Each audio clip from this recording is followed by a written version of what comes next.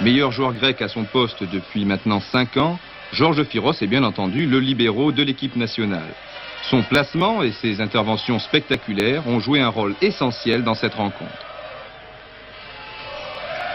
Autre valeur sûre de la défense, l'arrière droit Constantine Mokalis. 23 ans, grec de Hongrie, Mokalis s'est montré intraitable en défense, mais aussi redoutable contre-attaquant. Numéro 2. Enfin, le milieu Constantine Kuis, sélectionné à 2 reprises en équipe nationale. Âgé seulement de 24 ans, Kuis est excellent dans le jeu aérien. Joueur très résistant, il sait aussi marquer des buts. Un dimanche dernier à Panionios, un également contre Pérouse lors du match retour.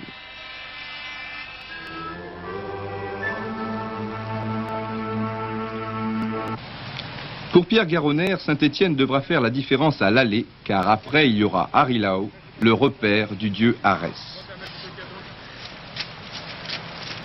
Le stade Arilao, sorte de cuvette de béton, peut accueillir 27 000 personnes. Les Stéphanois ne seront pas trop dépaysés le 12 décembre prochain, puisque, tout comme au stade Geoffroy Guichard, le public est ici très près des joueurs. Bien entendu, à Salonique, tout le monde possède la panoplie complète du parfait supporter.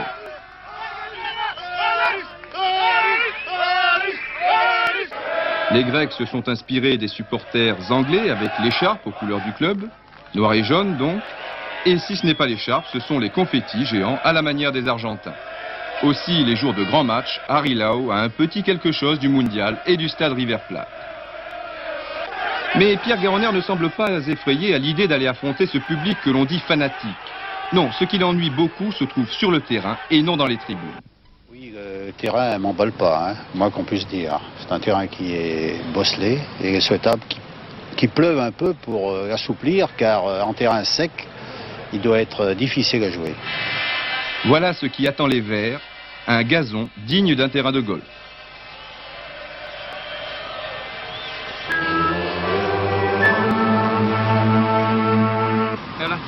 Les joueurs d'Aris possèdent d'excellentes ressources morales. Menés 2-0 à Lisbonne devant Benfica à 20 minutes de la fin, menés 1-0 après 45 minutes de jeu à domicile devant Pérouse, les jaunes et noirs ont finalement toujours eu le dernier mot. Un tel redressement semblait impossible il y a quelques mois, mais au début de l'année, il s'est passé quelque chose d'important dans le football grec. Le président de l'Aris nous explique les raisons de ce déclic, ce stimulus, comme disent les économistes. Je crois qu'en Grèce, il y a d'excellents joueurs. Nous avons maintenant de bons résultats, mais il y a toujours eu de bons joueurs. Ce qui leur manquait jusqu'à présent, c'était la confiance. Mais ils l'ont acquise maintenant grâce au professionnalisme.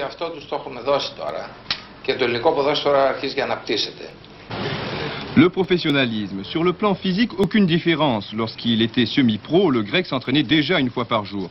Sur le plan matériel, la différence est également minime. Le joueur grec a toujours été bien payé. Non. Comme vous l'a dit le président, la création du professionnalisme a été très importante sur le plan psychique.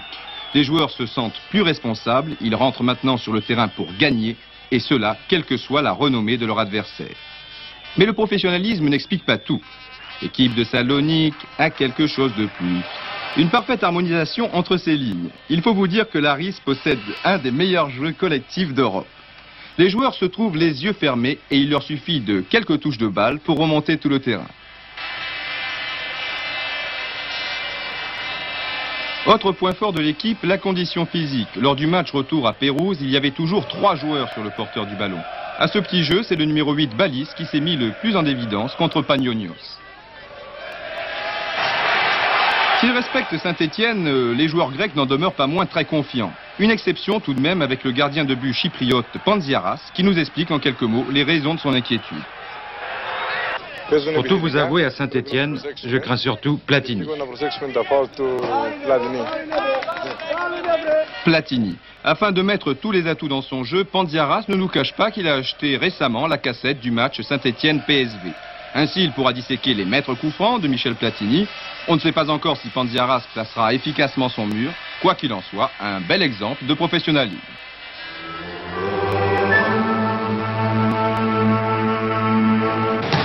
Les installations sportives de l'Aris sont encore très modestes. Lorsque le temps n'est pas favorable, les joueurs se retrouvent dans une étroite et vétuste salle de basket. Ce qui n'arrange évidemment pas les affaires de Garonner. Qu'à cela ne tienne, puisque celui-ci reviendra à Salonique dimanche prochain en compagnie de Robert Herbin pour le match Aris-Patras. Revoici Salonique Nid d'Espion, l'espace d'une Coupe d'Europe. Lorsqu'il fait beau, ce n'est guère mieux, puisque l'entraînement se déroule sur un terrain vague entre deux chantiers situés aux alentours du stade. On ne peut pas dire qu'il y ait foule aux abords du terrain. 3 pelés, 2 tondus et un cheval. Ce dernier étant beaucoup plus intéressé par la caméra. Enfin, cela se discute. Un petit coup d'œil à droite. Non, le cœur n'y est pas, rien de bien intéressant. Finalement, le petit gros à la caméra est bien plus rigolo. Mais ne vous fiez pas à ces images. Dans la ville, tout le monde est déjà mobilisé. Par exemple, on commence à sortir les posters de Saint-Étienne. À la une des journaux, des photos de Michel Platini et Johnny Ray. Les pronostics vont bon train aux 4 coins de la ville et je suppose que vous ne serez pas étonnés si je vous dis que l'on donne toujours Salonique gagnant. Oh, Saint-Étienne. Oh. Saint-Étienne.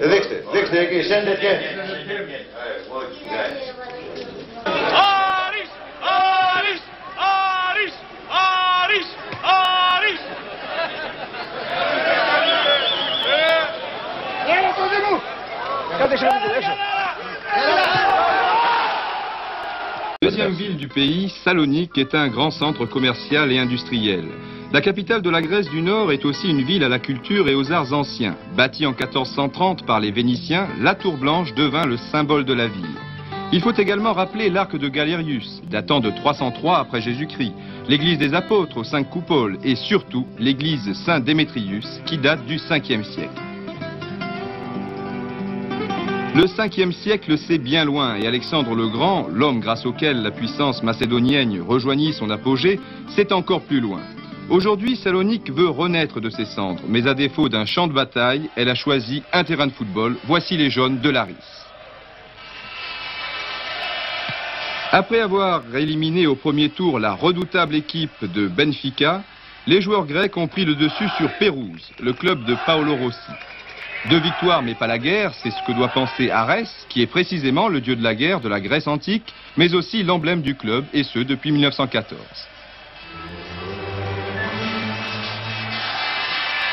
Dimanche dernier, l'Aris Salonique se rendait à Athènes pour un match contre Panionios. 0 partout à la mi-temps, une mi-temps durant laquelle les jaunes et noirs ne prirent aucun risque. Changement de décor en seconde période, puisque Salonique domine dans tous les compartiments du jeu. Huys réussit l'unique but de la partie, mais le score aurait pu être plus sévère avec un minimum de réussite. Témoin ce ballon renvoyé par le poteau. Question. Comment expliquer un tel retournement de situation en l'espace de quelques secondes? Réponse, Pepe Sassia. Nous y voilà. L'Uruguayen Pepe Sassia est depuis le début de la saison l'entraîneur de l'Aris. Avant la rencontre, Sassia, ici à l'extrême droite, dit à ses joueurs « Je n'ai jamais vu Panionios. En première mi-temps, laissez venir et à la pause, je vous dirai comment gagner le match. » Et une nouvelle fois, grâce à la tactique de son entraîneur sud-américain, les joueurs de l'Aris Salonique quittent le terrain avec les 2 points de la victoire et en prime les hurrahs des nombreux supporters qui avaient effectué le déplacement.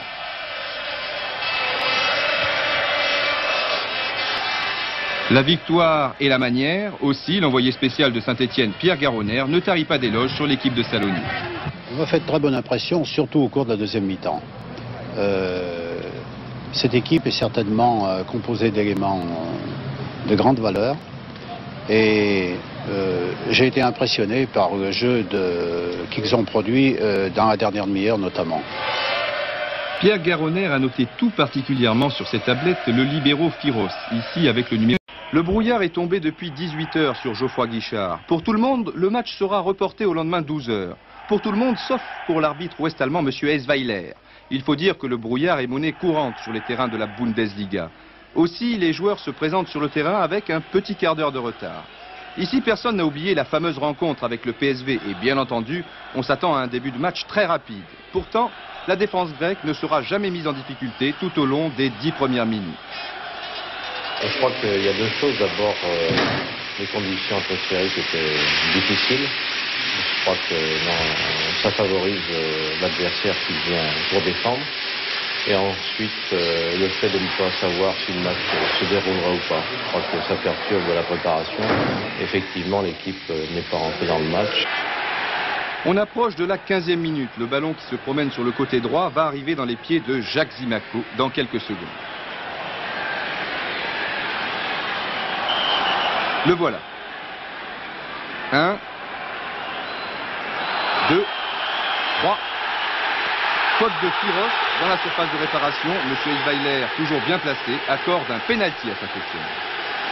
Je suis passé comme je sais le faire, quoi. Mais comme il y avait fait de brouillard, je pense que les joueurs ne m'ont pas vu partir. Ça fait que j'ai pu dribbler trois joueurs et le quatrième, j'ai pu faire un grand fond, mais il s'est mis devant moi pour me donner un coup de coude. Ça fait qu'il y a eu pénalty. Johnny Rep, qui a récemment raté un pénalty à Valenciennes, passe le relais à Michel Platini. Mais attention, le gardien de but Panzerias est, paraît-il, un spécialiste des pénaltys. Alors, Panzerias ou Platini, faites vos jeux, monsieur Isweiler va bientôt siffler. Eh bien, il fallait jouer la case Platini, 1-0 pour les Verts. Premièrement, j'étais assez embêté pour le tirer, puisque l'entraîneur uruguayen savait de quel côté je tirais, alors j'avais vraiment pas envie de le tirer. Ensuite, Johnny n'avait pas aussi envie de le tirer, alors j'ai pris la décision de le tirer, et il est parti du bon côté, mais je pense que la balle était relativement forte pour qu'il ne puisse pas l'arrêter. Enfin, c'était juste quand même. Le numéro 10 stéphanois tire un corner quelques minutes plus tard. Panzerias est à la réception. Mais là, le gardien de but de Laris va commettre une faute énorme. Il cherche Mokalis.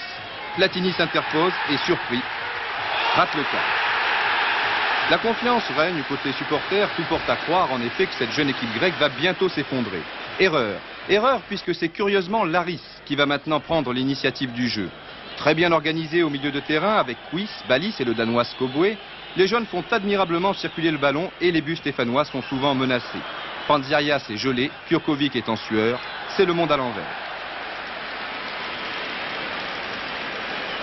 Au départ, on a voulu faire un pressing et le pressing a mal fonctionné et je crois qu'au milieu de terrain, ils ont pris un petit peu du poil de la bête et ils nous ont un petit peu promenés, on peut le dire. Et comme c'était le match aller, on ne voulait pas trop se découvrir et c'est comme ça finalement on a perdu un peu les pénales.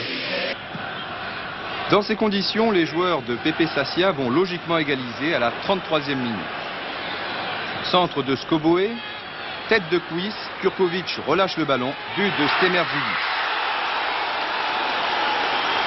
Un cadeau du gardien de but stéphanois, tout au moins vu des tribunes. Il est vrai que sur le terrain, le brouillard est toujours là. J'étais gêné comme tout le monde avec un brouillard assez gênant. Alors c'était une balle qui est partie assez haut et il y avait un moment, je l'ai perdu dans la vision. Mais je l'ai aperçu après, c'est vrai, j'ai hésité un petit peu à renvoyer en corner ou saisir.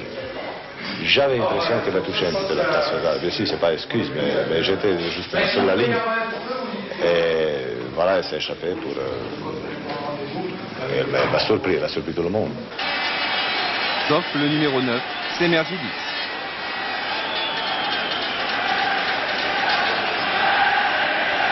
Un but partout à la mi-temps, il y a de quoi s'inquiéter, même s'il reste 45 minutes aux Stéphanois pour faire la différence. Maintenant, les Verts n'ont plus le choix. Il va falloir prendre un maximum de risques. Robert Herbin, qui l'a bien compris, va encore trouver une tactique miracle. Le 3-4-3. Oleksiak glisse au milieu de terrain et marque maintenant le Danois Skoboué. Lopez se charge de l'avant-centre Stemerzidis. Santini prend Balis. Bien sûr, il n'y a plus de couverture, mais d'un autre côté, les Verts se retrouvent en surnombre dans l'entrejeu.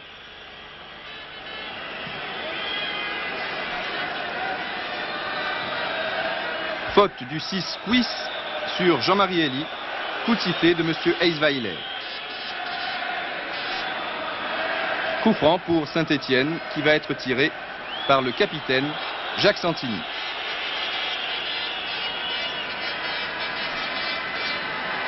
Ajoutez à cette disposition tactique une rage de vaincre irrésistible, comme en témoigne ce coup de rein de Lopez, et vous comprendrez que les Verts vont rapidement faire la différence.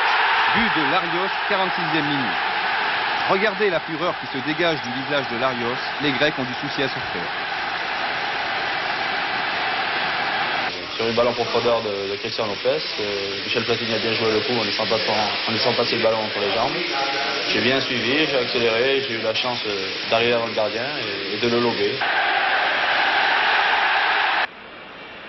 Ce but de Larios est arrivé au bon moment et les Grecs, gênés par le pressing constant qui s'ensuit, ne savent plus à quel saint, plus exactement à quel dieu se vouer. Johnny Rep lance Zimaco. Faute de l'arrière droit Mokalis sur Zimaco. Monsieur Esweiler siffle alors que Skoboé puis Zindros continuent. Non. Revenons au point de départ. Faute sur Zimaco et coup franc tiré par Zimaco. Tête de Platini, Firos glisse, Lopez fait le ménage. Firos contre son camp ou Lopez, quoi qu'il en soit, 3-1 pour les Verts. Sur le coup franc tiré par Jacques Zimaco, j'ai fait mon pied et la balle est arrivée au deuxième poteau. Michel Platini a rabattu le ballon devant le but et j'ai senti que le gardien allait peut-être lâcher la balle. J'ai suivi l'action et puis bon, avant qu'il rattrape la balle, puisqu'il l'avait d'abord une fois relâché, j'ai taqué puis j'ai poussé le ballon pour me tuer. Revoilà Lopez, 3-1, ce n'est pas suffisant. On repart encore et toujours vers l'avant. Tête de Rep. Jean-Marie Elie déborde le numéro 5 Firos, en retrait pour Rep, puis Zimaco. Les Stéphanois se créent une multitude d'occasions, mais toujours pas de but. Il est temps de faire rentrer le joker. Le joker, c'est Laurent Rousset, 18 ans et un retour fracassant après 14 mois d'indisponibilité.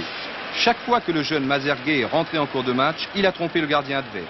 Un but contre Angers, un but contre Nîmes, un autre en Coupe d'Europe devant Beveren et le PSV. Et pour terminer, 2 buts en une mi-temps contre Nice. Rousset, qui remplace Rep, dispose de 23 minutes pour rester fidèle à sa légende. Pratiquement à chaque fois que je suis rentré, c'était dans les 20 dernières minutes et je suis arrivé à marquer mon but, alors j'ai dit pourquoi pas là. Pourquoi pas là, monsieur Panzerias? 76e minute. Larios. Voilà Laurent Rousset. Il cherche un appui, trouve Platini. Rousset. Panzerias n'a pu qu'effleurer le ballon. 4e but pour Saint-Étienne et 2e but réussi en Coupe d'Europe pour Laurent Rousset, superstar.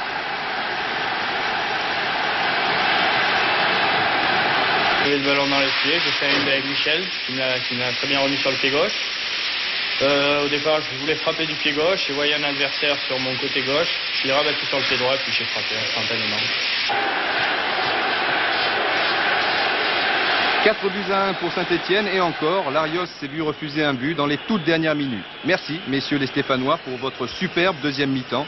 On retrouve Robert Herbin, un Robert Herbin toujours lucide dans la défaite comme dans la victoire. Je crois qu'il fallait cet écart pour préserver nos chances. Maintenant, il nous reste à ne pas faire ce qu'a fait Split à Saint-Étienne quand nous avons reçu pour le match retour.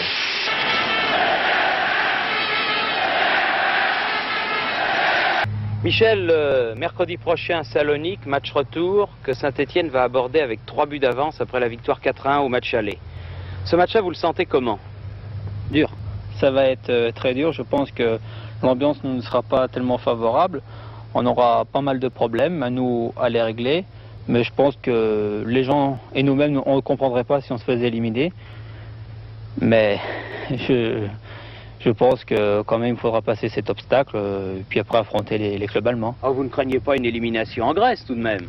Non, on ne craint pas. Là, vraiment, on ne comprendrait plus. Ça serait désespéré de tout si on se faisait éliminer. Mais on sait qu'on va énormément souffrir. À nous à marquer peut-être un but là-haut. Mais je pense que ça va être très très dur.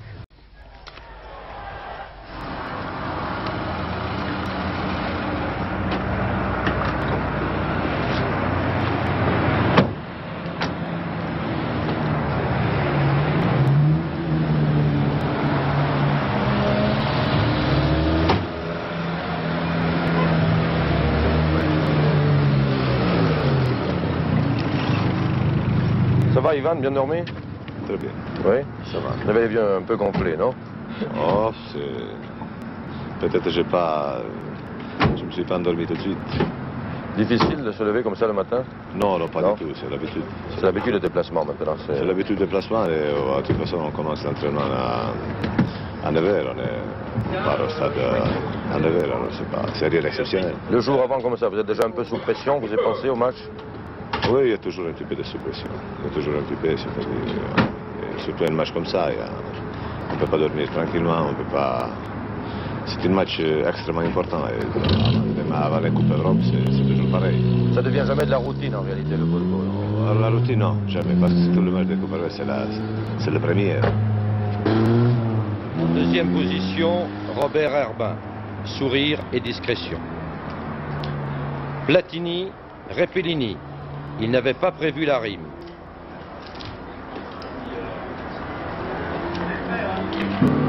Image traditionnelle, combien de fois l'ont-ils grimpé cette passerelle? Réponse, une trentaine de fois par an environ. Robert Herbin salue le commandant de bord, ils ont fréquenté la même école. Les amarres sont rompues au bout du voyage Salonique dans 2h30. Nous prendrons le cap sur Nice. Après Nice, nous ferons un petit tour en Méditerranée pour se... Tiens, Jean-Michel Larquet, peut-être déjà un brin de nostalgie. Italie, en passant au travers de Rome. 80.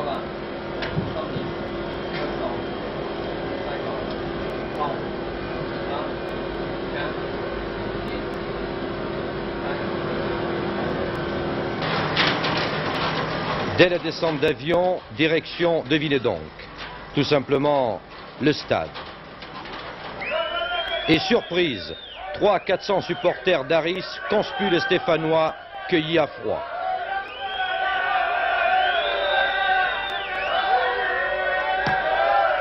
Le comité de réception est à la hauteur de la réputation des lieux, comme d'ailleurs la pelouse, véritable pré à vaches.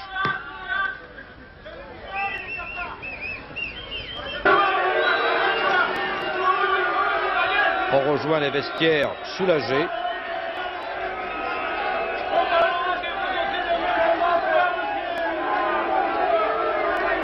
Mais encore faut-il monter dans le car.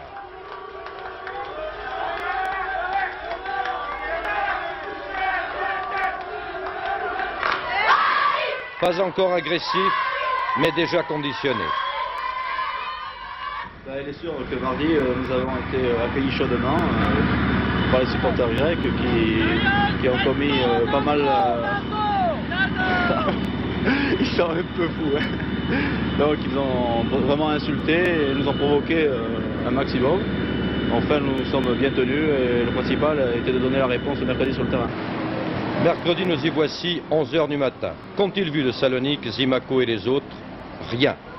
Le stade, l'hôtel qui domine la ville et encore le stade.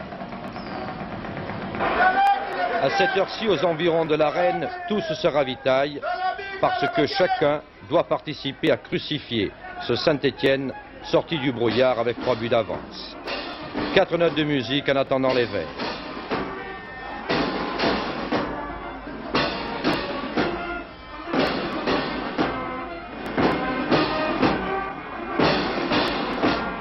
Justement, les voici les verts, mais pour cela, port du casque obligatoire. Et soudain, c'est River Plate, made in Salonique.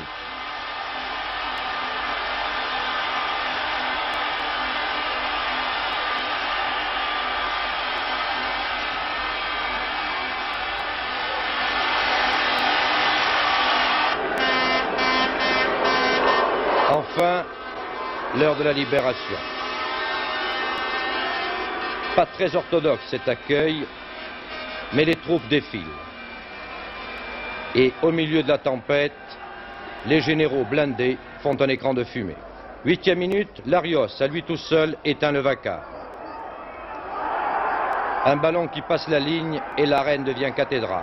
Ces buts en couleur nous sont fournis par FR3 Lyon que nous remercions.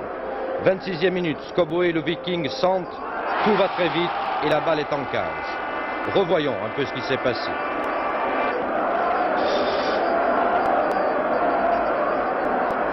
Le centre de Skoboé. Le pied de Larios qui prive Kurkovic du ballon et Zindros qui profite de l'aubaine. Contrôle et pousse la balle. Les clameurs sont de retour, mais la conviction, décidément, ne suit plus. Jacques Zimaco contre le vent, la confiance justifie la témérité.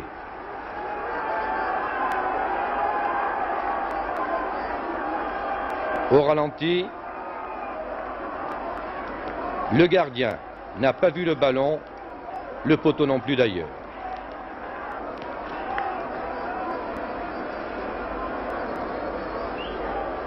81e minute, l'espoir a changé de camp depuis longtemps déjà. Johnny Rep, discret jusque-là, signe son passage. Et affiche la sérénité des grands baroudeurs. 83e minute, Skoboé, encore lui, passe à droite. Oleksiak concède un corner. Monsieur Lindmayer accorde un pénalty. Accepté par les deux camps d'ailleurs avec un sourire entendu. Ralenti, faites-vous donc une opinion.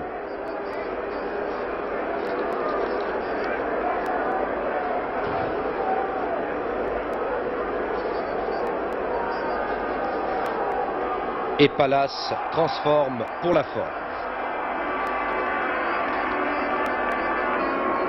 Il reste 3 minutes de jeu. Skoboé, le maître d'œuvre, tire en corner. Jean-Vion et Oleksiak prolongent dans les buts. Image arrêtée, le ballon comme un ovni sur la tête du junior, bien malchanceux ce jour-là. Quelques applaudissements. Maintenant au pas de course, la douche, le car et l'avion pour arriver à Saint-Étienne dans la soirée. Et pour vous, ça joue en sens contraire. Ça vous a donné une motivation supérieure. Oui, c'est sûr que ce problème des supporters nous a motivés encore plus, car sur le terrain, on devait à tout prix faire un résultat. Nous voulions à tout prix cette qualification et nous sommes, disons, bien concentrés pour ça. Alors, premier but au match aller, premier but au match retour, vous êtes un peu le bourreau de Salonique, là. Bah, disons que j'ai un peu de la chance, mais tant que l'équipe en profite, c'est le principal. Ça marche bien pour vous? Ça marche pas mal, ça pourrait aller mieux.